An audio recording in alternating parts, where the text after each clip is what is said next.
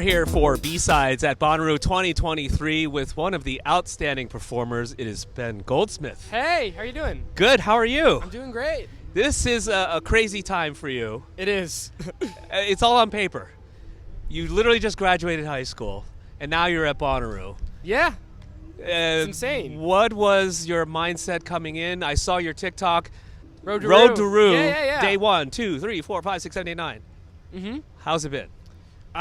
It's been great. I mean, it's like kind of surreal. Like I just had my high school prom and I packed up my truck and like I'm here at Bonnaroo now. Are you sad about the high school? You Did know, you have time to you know what? I am just so ready to like go on the road and like tour the rest of my life. But at the same time, it's like bittersweet. I'm actually a junior that graduated. I'm graduating a year early because of all this stuff happening. So it's bittersweet to just like say bye to my friends, whatever. But I'm just ready to hit the road. Are you one of those people that was like, I'm focused, I got to graduate and get out of here as soon as possible? Kind of, yeah.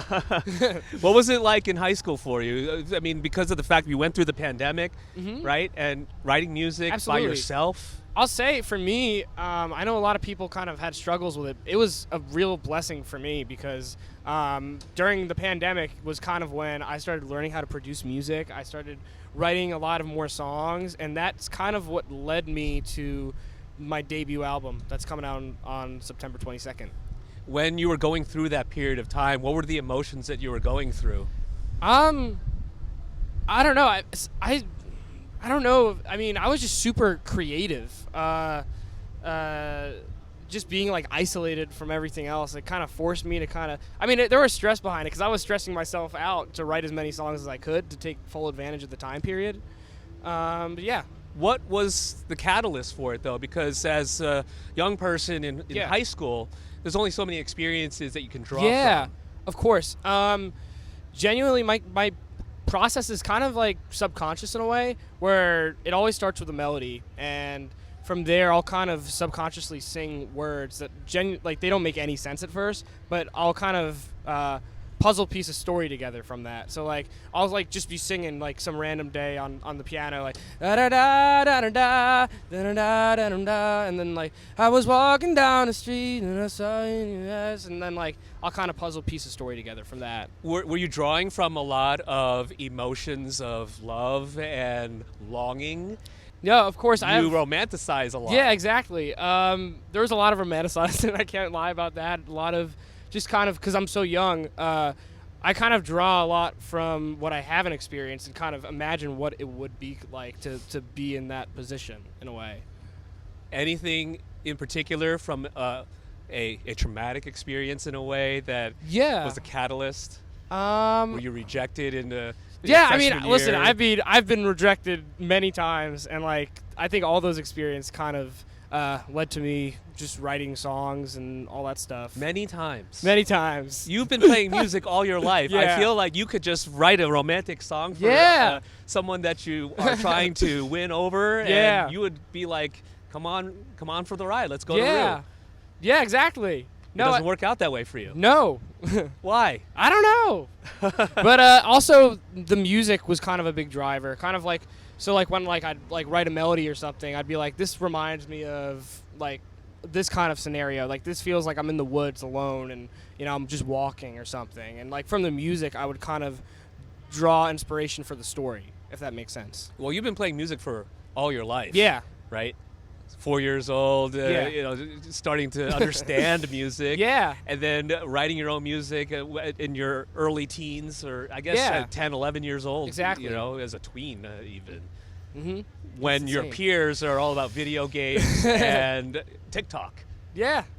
What were you inspired by during that phase of your life? Were your parents kind of helping you guide? Well, I kind of grew up in a supportive like household, I guess you'd say. Like my mom used to play classical violin. My grandpa played sax. Like there was always an upright piano in the house. So, I mean, I was just kind of. I can't think of anything particular I was like kind of inspired by in terms of that time, but I just had a really great support system around me to kind of help me create. Your mom being a classical violinist. Yeah. That's one genre of music. Oh, yeah, absolutely. What was the music that you were also listening to especially with your peers before the pandemic. Yeah, I mean, my dad would always play classic rock. I mean, like he likes like Queen and like Zeppelin and the Beatles. So like I have like my favorites from that, like the Abbey Roads and A Night at the Opera. But then also there'd be like soul music happening. My grandpa, like stuff he'd listen to, and I'd dig deeper. You know, like songs in the Key of Life and you know Curtis Mayfield and Donny Hathaway live at the bitter end. Like there was so much stuff I was drawing from, and also when I was even like you know younger from that, I mean not around the same age, like around like 10, 11. I went to jazz school, so I was like listening to like Jumping at the Woodside and like Count Basie and Autumn Leaves, and so there was so much stuff happening that I was just kind of like embracing it all in, kind of taking it all in. That's so fascinating, because for someone that is like 12 to 15 years old, you would think that you would be into EDM or rap, right? You know, into you know the Migos crew and things like that. Did you listen to those genres at all? Of course, because you're from Long Island, right? Outside of all of this, you know, I would just hang out with my friends and be a regular kid, which I think was great to have that balance, you know, for childhood. Who was your first show?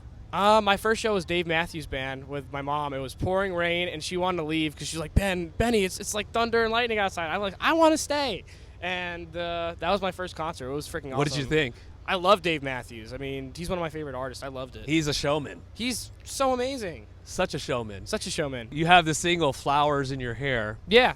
And you talked about kind of romanticizing different experiences and those things. What were you drawing from for that particular song? Kind of like the back and forth trips to Nashville, and I don't want to say like, I guess not a double life, but kind of, all right, here I am, I'm just this kid in my hometown in Long Island, and I'm going back and forth from Merrick and Nashville, like just like the place like in between that, and kind of just talking about the experiences I was going through that. Anyone in particular that you wrote that for? Yeah, and that's going to be anonymous. And have they heard the song? I don't know. Probably. Really? Probably. She's from my hometown, so probably. Like, as a layman. Yeah. And a music fan. Yeah. I would think that you're sending all these songs, you know, to particular people, and it's kind of, you got to shoot your shot. Yeah, no, I mean, like, sometimes I'll tell people, and sometimes I just want to, like, keep it a secret. It kind of, I guess, depends on, like, the person, like, what their vibe is. Yeah. What is your passion in terms of this whole experience? Live performance, recording, writing, where do they all rank in those? Genuinely, I love it all. I feel like they're all different. I feel like the live show for me is like my favorite to do, just because like the connection, like you can't beat the connection with like, you know, with you real time playing your own songs and seeing fans like, you know, react to that. I think like that's probably my favorite, but I also really enjoy writing and recording. What do you anticipate for Bonnaroo in particular? Because it is about being free, radiating positivity, and you have a wide range of people that will be at Bonnaroo. Yeah, no, I mean, me and my 3-piece rock band, we just want to go crush and have a great time, and you know, it's crazy how like the bass player that I've been working with, like we've been playing with each other since we're 12, and like this is our first major festival that we get the opportunity to play with each other, so we're just ready to have a great time, and whatever happens, happens. Are you hanging out all 4 days? I'm not sure. I think I want to come back tomorrow to see the Foo Fighters. I've seen them a few times, and they're amazing. Yeah. I mean, Bonnaroo is an experience in itself. Yeah. No, it is. There's a reason why people travel from all over the country to this. That's right. Right? Yeah. So you got to take this all in. I got to take it all in. And you graduated high school. Did you go to any festivals growing up? Gov Ball. It's not the same. It's not the same. It's not the same. But I mean, it is nostalgic though, because like that's where I grew up. So like we'd always just take the train in, see Gov Ball, just be me hanging out with my friends. But I actually, when I was very young, when I was really just kind of into the guitar and not as much into the songwriting, I played Lollapalooza under the School of Rock, because they had this thing called the School of Rock All-Stars, and it's like a big team of musicians that are really young that they kind of take out and to a tour, and we played like a little small stage in Lollapalooza. But that's totally different because it's so different. you were a kid. You probably had your parents with you. Yeah, no, I haven't. Like, it was the whole like family ordeal, whatever. Yeah. And like, I was so young. I was just playing guitar on a song, and it was crazy, you know. But that was only like a few years ago. So it's crazy how like, you know, I was like about 12 back then. Now I'm 17. And, like, we're doing Bonnaroo. It just, I feel so like, I'm just so grateful. Are any of your family here? Yeah, my mom, dad, and sisters are all here. They're gonna be screaming my name when I hit the stage. I'm sure your dad will be at the Foo Fighters set too. Oh yeah, right? my dad loves the Foo Fighters. You just said classic rock, yeah, right? He'll be there. Are you going to be rocking out with him? Oh yeah, heck yeah. Nice. Congratulations on the attention that you're getting. We look forward to the album in September and awesome. have an awesome set at Bonnaroo. Well, thank you for taking the time to talk to me. Great to meet you, man. Awesome. It's Ben Goldsmith.